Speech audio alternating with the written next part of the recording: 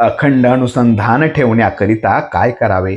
भगवंताने आपल्याला बुद्धी दिली आणि ती चालवून आपण काम करतो. म्हणजे भगवंतच आपल्याकडून सर्व कर्मे घडवीत असतो.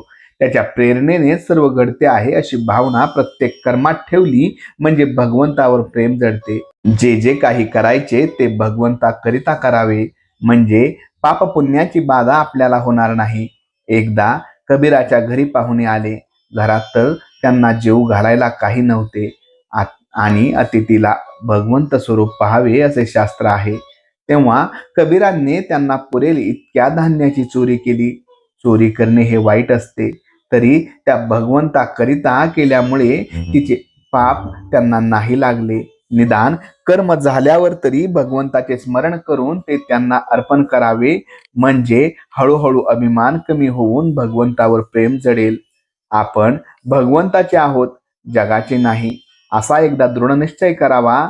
आपण मनुष्य आहोत याची जाणीव जितकी दृढ असते तितका हा निश्चय दृढ असावा. तथापि हे सांगणे कठीण आहे. त्याच्या खालोखालचा उपाय म्हणजे जे काही घडते आहे ते भगवंत प्रेरणेने, त्याच्या सत्तेने आणि त्याच्या इच्छेने घडते आहे अशी अंतःकरणपूर्वक भावना ठेवावी. आणि हेही साधन नसेल तर वैखरीने अखंड नामस्मरण करावे. या अनुसंधानाच्या प्रक्रियेत मन भगवंताच्या ठिकाणी चिकटून असते. सध्या आपले उलट चालले आहे. आपण देहाने पूजा करतो, यात्रा बित्रा करतो, पण मन मात्र प्रपंचाकडे ठेवतो. सासरी असलेली सून कुटुंबातल्या सर्वांकरिता कष्ट करते. नवऱ्याचे कदाचित ती फारसे करीत नसेल, पण अंतःकरणात मात्र ती फक्त त्याच्यासाठीच असते. तसे प्रपंचात सर्वांकरिता सर्व करावे, पण मनात मात्र मी रामाचा आहे ही अखंड आठवण ठेवावी. आपले ठेशन ठरवून आपण गाडीत बसल्यावर मध्ये अनेक गोष्टी घडतील.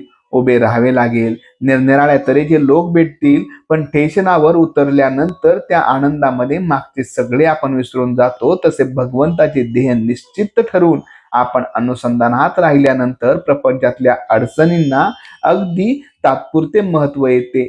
ध्येय मात्र आधी निश्चित करावे. भगवंत नाम हे भगवंत कृपेसाठी घ्यावे, कामनापूर्तीसाठी नसावे.